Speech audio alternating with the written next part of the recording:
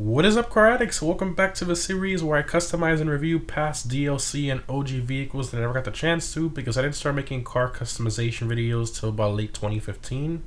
Again guys, let me know in the comments what car from late 2015 and older you guys want me to customize next, and I'll display the most liked vehicle suggestion comment in the next customization video. So in today's video we're going to be customizing the Grotti Cheetah. So this car is an OG vehicle that's been in the game since day one. You can purchase this car from the Legendary Motors Pro website for $650,000, which honestly is pretty expensive for this car when you could buy something like the Centorno, for example, that only costs about $80,000 more and has tons of customization and very respectable performance. Now the Cheetah name was first introduced in GTA 3 and it made its way to other GTA titles as well, such as Vice City, San Andreas, Liberty City Stories, and Vice City Stories as well, and in those games it was mainly based on different variants of the Ferrari Testarossa. And that's why the Cheetah Classic we currently have in GTA Online is also mainly based on the Testarossa as well. Now in terms of performance for the Cheetah in GTA 5, the Cheetah is in the supercar class and isn't very fast in terms of performance. It never really was at the top of the class. The Entity XF has always been more dominant. Even the normal Infernus is quicker on a track than the Cheetah, so Cheetah hasn't really been given too much love. It handles and brakes decently and honestly just lacks the power to compete with traditional supercars. So the Cheetah is primarily based on the Ferrari Enzo and the GTA Spano for its rear styling. You can see the Cheetah has the nose of the Enzo, the hood vents, and the large vents on either side of the doors. And then when we get to the back of the Cheetah, you can see that strong inspiration from the GTA Spano. It's a very strange combination if I'm being honest, but it works pretty well. It looks pretty good. I wouldn't say it's a beautiful design, but it is pretty appealing. But anyways, let's go ahead and check out the customization of this OG supercar and kind of forgotten supercar for the most part.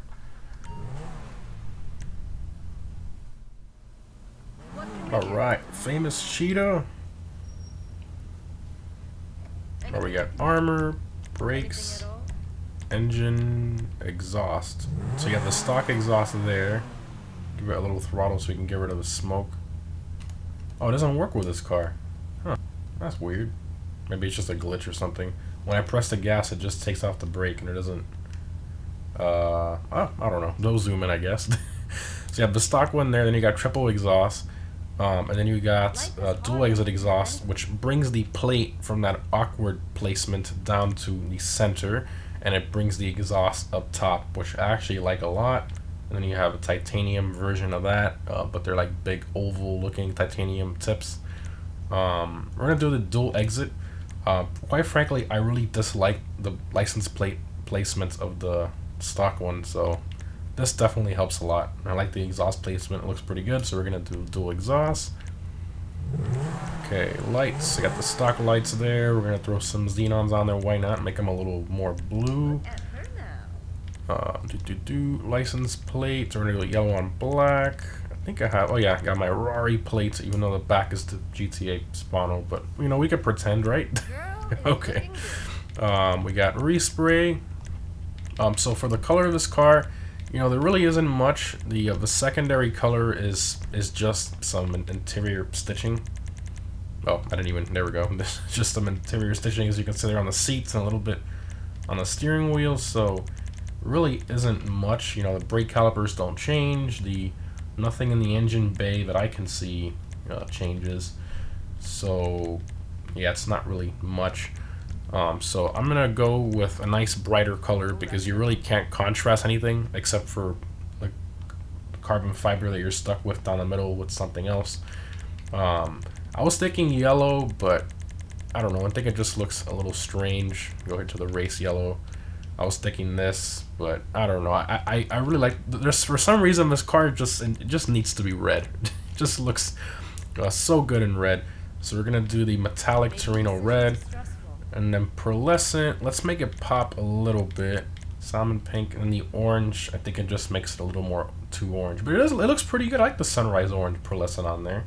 It's like a reddish orange, but not too much. We'll do that. Might as well. Okay. Secondary, we'll make it match. Just do the, wait a minute.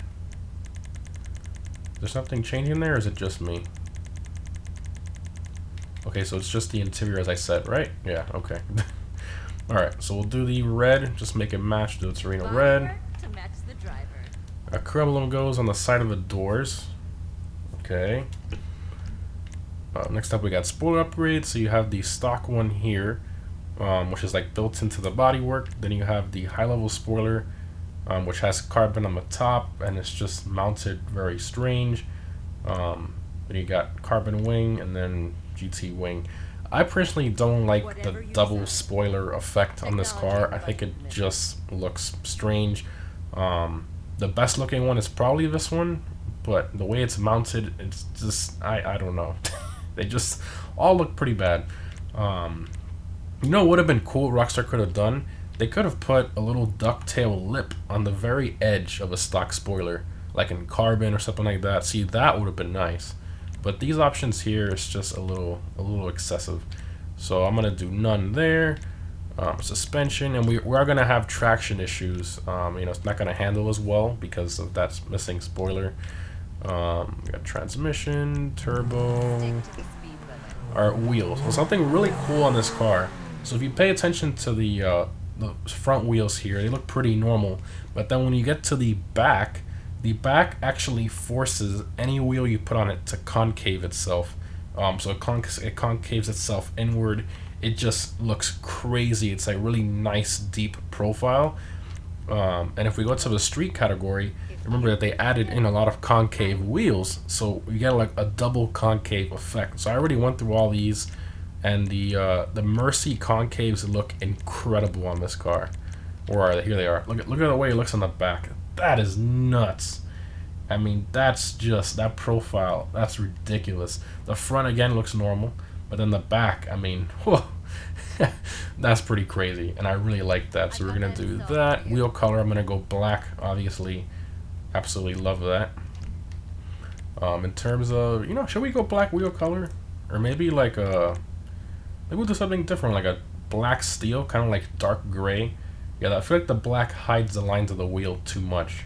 Let's do the black steel. Nice dark gray on there. Yeah, the black hides it too much.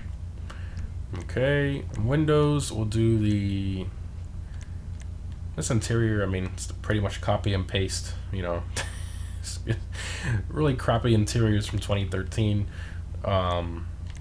Oh, it tints the back glass. I don't want to tint that too much. I do want to see our engine bay a little bit. We'll do light smoke. I don't want to tint it too much back there. And that's all the options there. Pretty much just exhaust and spoiler. I mean, you really can't expect much from a 2013 OG car. All right, let's take it for a drive.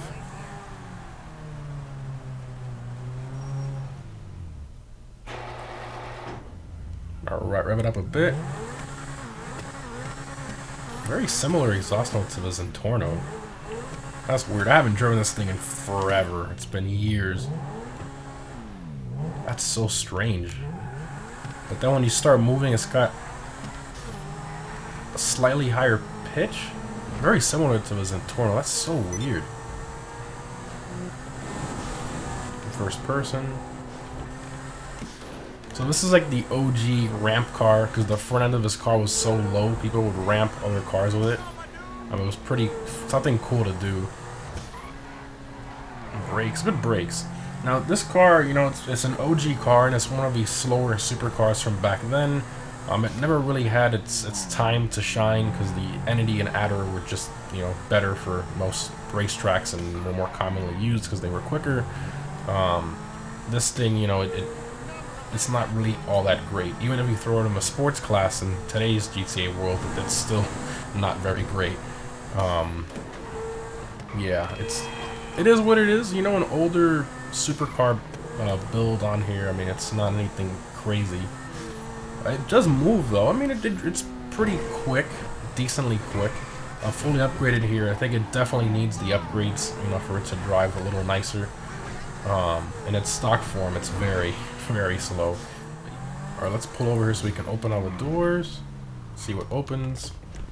Obviously the front doesn't open. I think it's only the back and the normal doors. See? Yep.